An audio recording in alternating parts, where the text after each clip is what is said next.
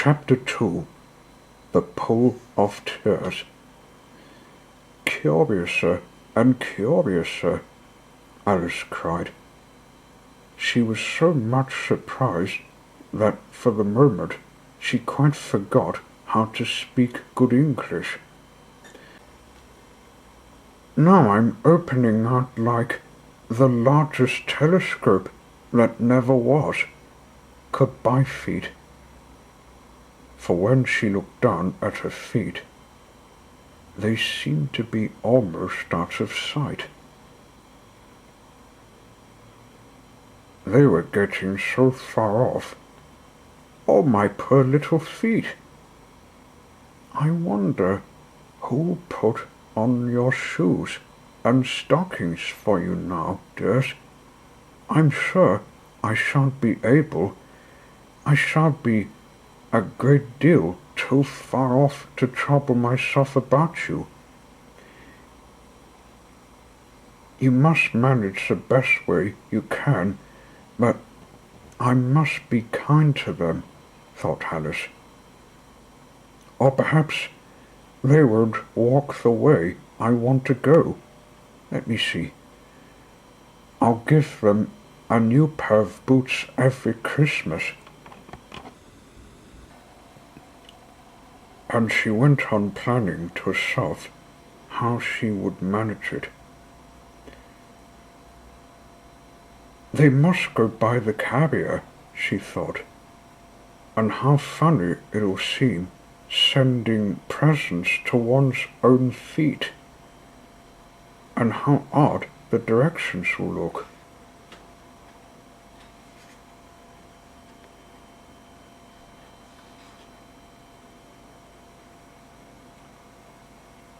Alice's right foot, ESQ, half rug near the fender with Alice's love. "Oh dear, what nonsense I'm talking."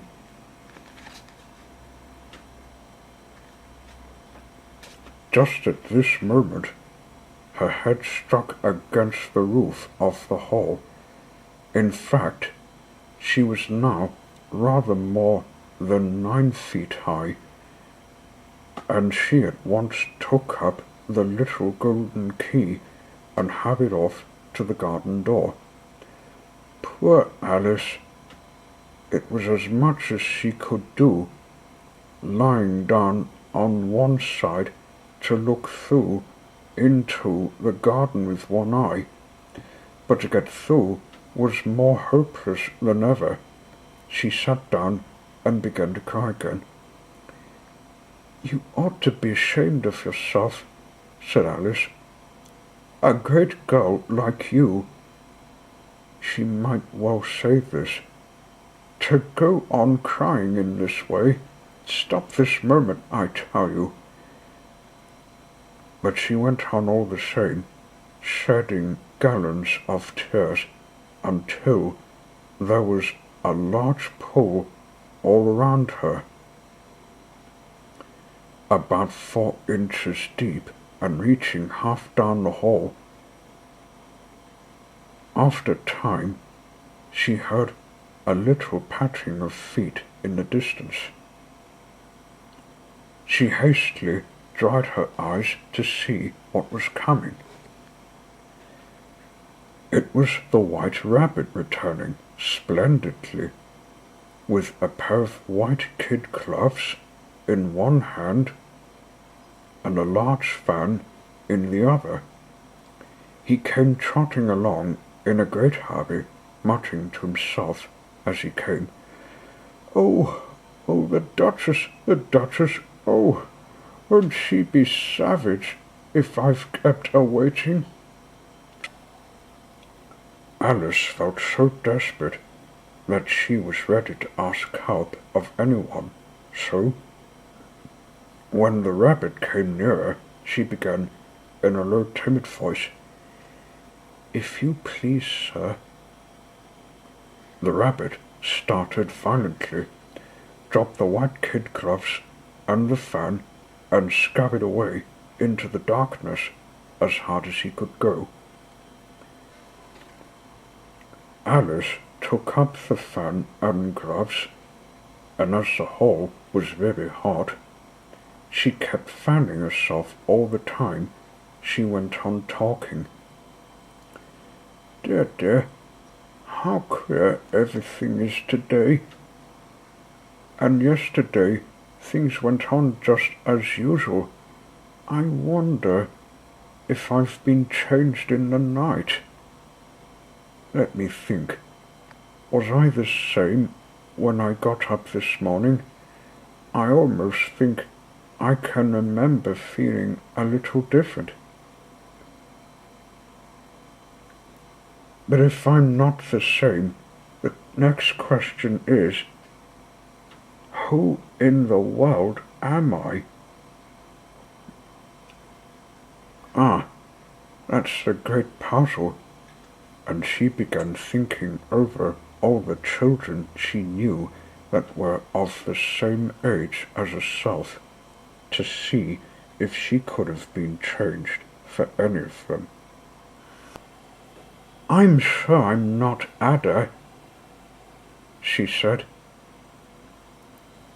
for her hair goes in such long ringlets, and mine doesn't go in ringlets at all. And I'm sure I can't be Mabel, for I know all sorts of things, and she knows such a very little. Besides, she's she, and I'm I, and oh dear, how puzzling it all is. I'll try if I know all the things I used to know.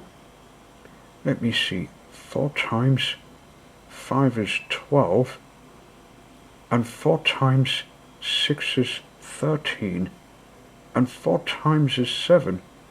Oh dear, I shall never get to 20 at that rate. However, the multiplication table doesn't signify. Let's try geography. London is the capital of Paris, and Paris is the capital of Rome. And Rome? No, that's all wrong. I'm certain I must have been changed for Mabel. I'll try and say, how doth the little. And she crossed her hands on her lap, as if she was saying lessons, and began to repeat it. But her voice sounded hoarse and strange, and the words did not come the same as they used to do. How doth the little crocodile improve his shining tail, and pour the waters of the Nile on every golden scale? How cheerfully he seems to grin, how neatly spreads his claws, and welcomes little fishes in with gently smiling jaws. I'm sure those are not the right words, said poor Alice, and her eyes filled with tears again as she went on. I must be Mabel after all, and I shall have to go and live in that poky little house and have next to no toys to play with, and oh,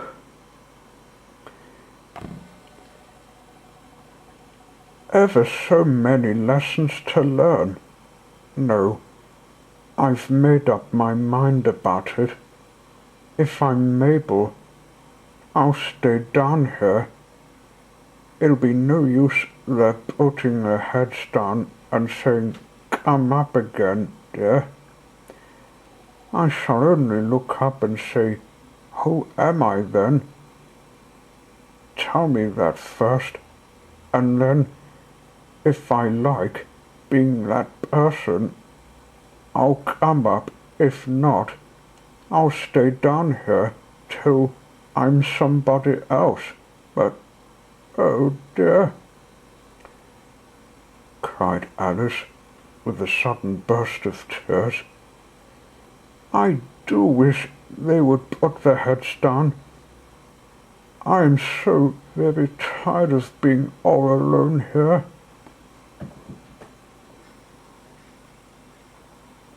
As she said this, she looked down at her hands, and was surprised to see that she had put on some of the rabbit's little white kid gloves while she was talking. How can I have done that? She thought. I must be growing small again.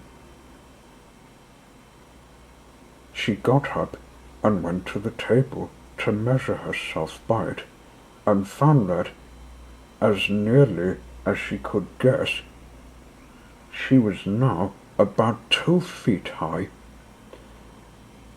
and was going on shrinking rapidly.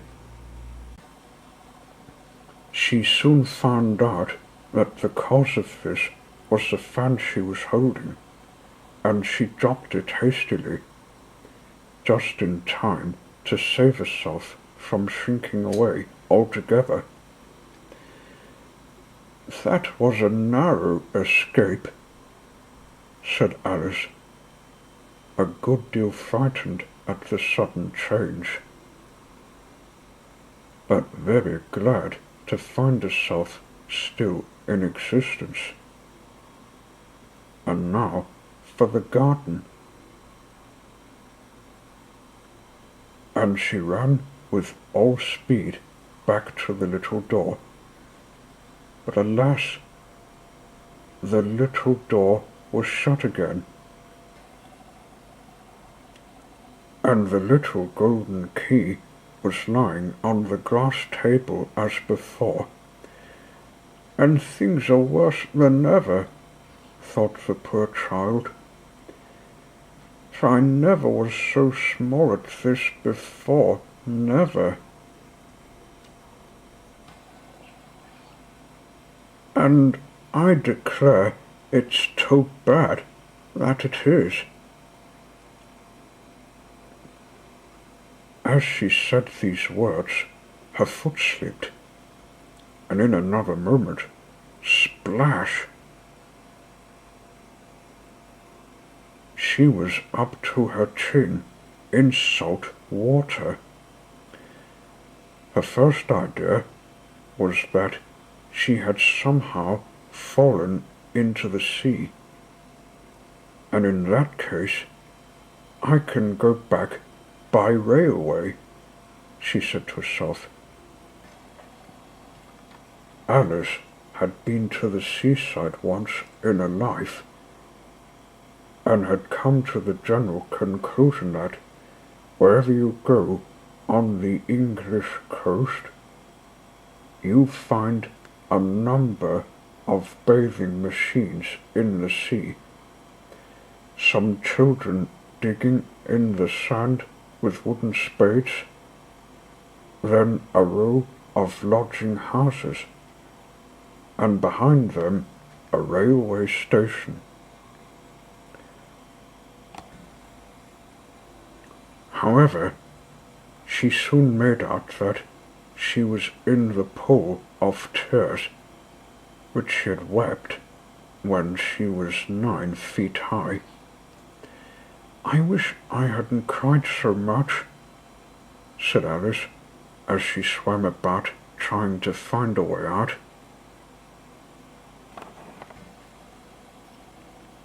I shall be punished for it now, I suppose, by being drowned in my own tears. That will be a queer thing, to be sure. However, everything is queer today. Just then, she heard something splashing about in the pool a little way off. and she swam nearer to make out what it was. At first, she thought it must be a walrus or hippopotamus, but then she remembered how small she was, and she soon made out that it was only a mouse that had slipped in like herself.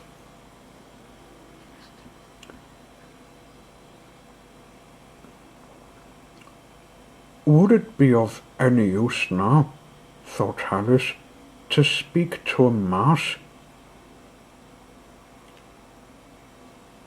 Everything is out of the way down here, that I should think very likely it can talk at any rate.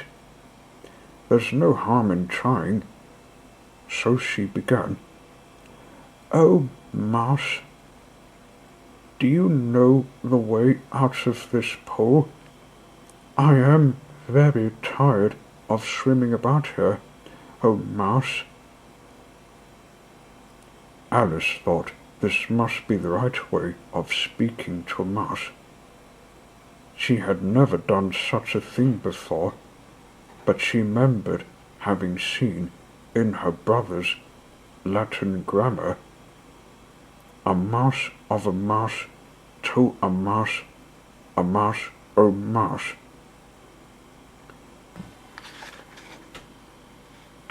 The mouse looked at her rather inquisitively, and seemed to her to wink with one of its little eyes, but it said nothing.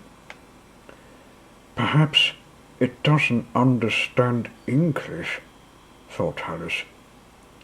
I dare say it's a French mouse, come over with William the Conqueror. For with all her knowledge of history, Alice had no very clear notion how long ago anything had happened. So she began again. How is Marchati? Which was the first sentence in a French lesson book. The mouse gave a sudden leap out of the water, and seemed to quiver all over with fright. Oh, I beg your pardon, cried Alice hastily, afraid that she had hurt the poor animal's feelings. I quite forgot you didn't like cats. Not like cats? Cried the mouse in a shrill, passionate voice. Would you like cats if you were me? Well, perhaps not, said Alice in a soothing tone. Don't be angry about it. And yet, I wish I could show you our cat Dinah. I think you'd take a fancy to cats. If you could only see her, she is such a dear, quiet thing, Alice went on, half to herself, as she swam lazily about in the pool. And she sits purring so nicely by the fire, licking her paws and washing her face. And she is such a nice soft thing to nurse. And she's such a capital one for catching mice. Oh, I beg your pardon, cried Alice again, for this time the mouse was bristling all over, and she felt certain it must be really offended. We won't talk about her any more, if you'd rather not. We indeed, cried the mouse, who was trembling down to the end of its tail. As if I would talk on such a subject. Our family always hated cats. nasty, low, vulgar things. Don't let me hear the name again." "I won't indeed," said Alice, in a great hurry to change the subject of conversation. "And you, are you fond of dogs?" The mouse did not answer, so Alice went on eagerly. "There is such a nice little dog near our house. I should like to show you a little bright-eyed terrier, you know, with, oh, such long curly brown hair, and it'll fetch things when you throw them, and it'll sit up and beg for its dinner, and all sorts of things. I can't remember half of them, and it belongs to a farmer, you know, and he says it's so useful. It's worth £100. He says it kills all the rats and, oh dear." Alice cried in a sorrowful tone, "I'm afraid I've offended it again," for the mouse was swimming away from her as hard as it could go, and making quite a commotion in the pool as it went. So she called softly after it, "Mouse, dear, do come back again, and we won't talk about cats, or dogs either, if you don't like them." When the mouse heard this, it turned round and swam slowly back to her. Its face was quite pale with passion, Alice thought, and it said in a low trembling voice, "Let us go to the shore, and then I'll tell you my history, and you'll understand why it is I hate cats and dogs." It was high time to go, for the pool was getting quite crowded with the birds and animals that had fallen into it. There was a duck and a dodo, a lory, and an eaglet, and several other curious creatures. Alice led the way, and the whole party swam to the shore. End of chapter 2.